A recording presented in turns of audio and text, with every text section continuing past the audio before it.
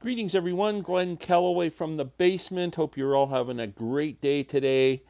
Two new releases came out yesterday on Friday, February 15th, 16th.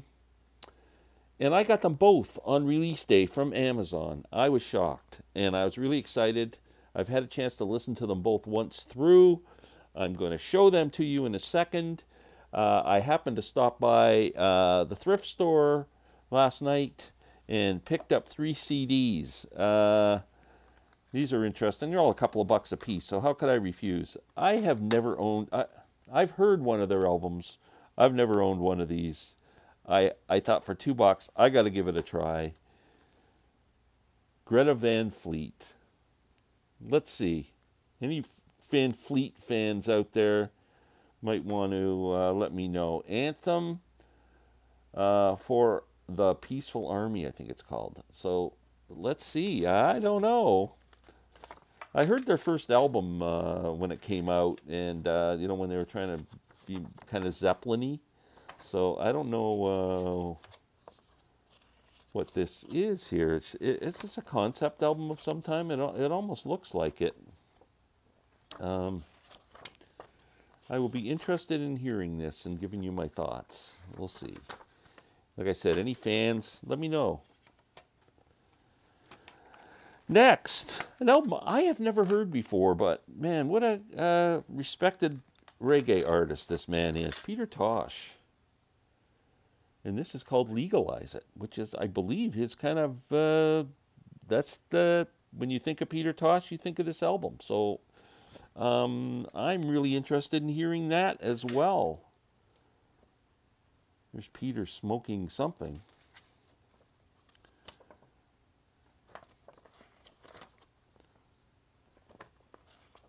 Interesting. I have no idea what this is going to be like. None whatsoever. But again, for $2, what the heck? And last, Jimmy Smith. Great jazz musician. Jimmy plays like a Hammond B3 organ. So I'm always thinking, if you're interested, if you don't like jazz, but you kind of, your interest is piqued a little bit and you're overwhelmed and you kind of don't know where to start, I think Jimmy Smith is a good starting point, especially if you like classic rock with the, you know, the keyboards and everything. He's pretty cool. I got a few of his albums and I really dig them. But this is Jimmy Smith Trio with Kenny Burrell on guitar. So, Blue Note. How can you go wrong for a couple of bucks? And there's another dude called Jimmy Smith on drums, but it's not spelled J-I-M-M-Y. It's J-I-M-M-I-E. So we shall see. This says it's recorded live at in Osaka, Japan, December 24th and 25th, 1993. Wow, very interesting. Got my mojo working. See, he does a song like that on here, so very cool. The great Jimmy Smith. I'm really interested in hearing that one for $2. That's a good pickup. You don't usually see stuff like that. New releases, 2 amazing ones. It's going to be hard to knock these off as albums of the year for me. First, let's start with the incredible Bela Fleck. 100th year anniversary, centennial of George Gershwin's Rhapsody in Blue. Bela has paid tribute to it, and I got a chance to listen to this last night. It is freaking brilliant. Bela, you've knocked it out of the park. I have been in Bela's corner since probably 1978 when he was in a band called Spectrum and put out his first album when he was 18 years old called Crossing the Tracks. I have been a devotee ever since. I buy everything ever since that he's put out. He continues to amaze me, and this might be one of his best albums ever. It is brilliant. So Bela takes George Gershwin's Rhapsody in Blue and comes up with 3 different variations. He does Rhapsody in Blue and then in brackets Grass. Rhapsody in Bluegrass, he takes the whole melody and everything and adds a bit of a bluegrassy feel to it. It's really good. Rhapsody in Blues, which has a real blues feel to it while he stays true to the melody. It is brilliant as well.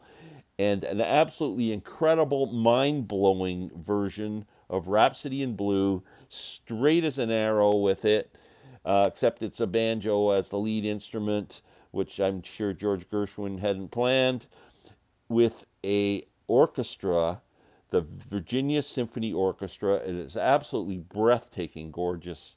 This is a fantastic album. Fantastic. I absolutely love it. Bela, you knocked it out of the park. Great album. Check this out. Go online and check it out. You can check it out on YouTube or whatever. Just listen. It's absolutely beautiful recording. Fantastic. I want the vinyl. So I didn't look this morning if it's changed at all. When I found out the album was coming out, I went to pre-order the vinyl. The CD was going to be released on release day. According to Amazon.ca, they weren't going to have the vinyl till July 5th. That's kind of weird. So then I went to Amazon.com to see if it was just a Canadian issue. Same thing on Amazon.com. Like I said, this was a week ago or so, so maybe it's changed. I hope so, because I want the vinyl really badly. I went onto Bela's website. I can get the vinyl right away, but in Canada, I got to pay $30 US for the album, which is about $40, $42 or something like that Canadian. The cheapest shipping option was $30, like $29 US. Add another $40. We're now up to about $85 for me to get this record up here. I gotta wait. I can't do that. I can buy it when it comes out for like, you know, 35, 40 bucks. So unfortunately, but that will definitely be added on vinyl in my collection. Second one out, I've been waiting for the release of this album since I heard about it late last year. Steve Hackett's new album, The Circus and The Nightwhale. What a frickin' album. What a great album cover, eh? Let me take that out of the package here. What a beautiful album cover.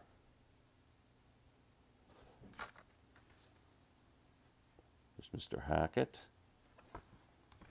I have become such a huge fan of this man over the past maybe 3 years.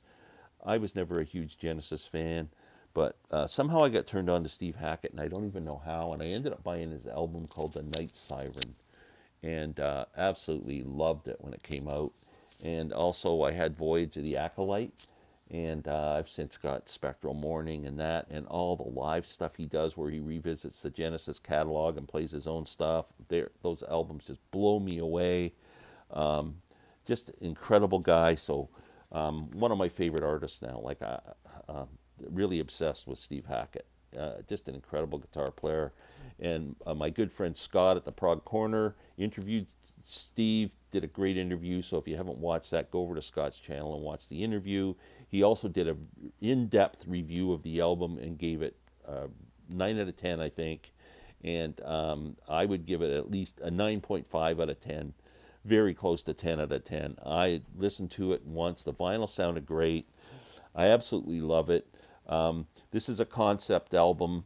It's kind of about a Steve Hackett type character. I think it's kind of autobiographical about world travel, and the character's name is instead of Traveler, it's Travla, Travla. Steve says, it's a lovely journey that begins scratchy and smoky and becomes heavenly and divine. That pretty much describes it. At the start of it, it does have this real scratchy kind of like, it sounds like an old recording, and then slowly cleans itself up, and there's just some beautiful music in this. The songs are incredible. Great guitar playing. Everything flows so nicely throughout the whole album.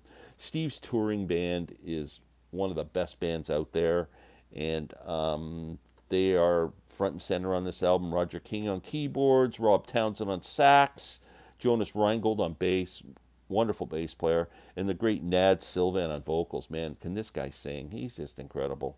Steve's brother John Hackett plays the flute on the album. Just a freaking brilliant, brilliant album.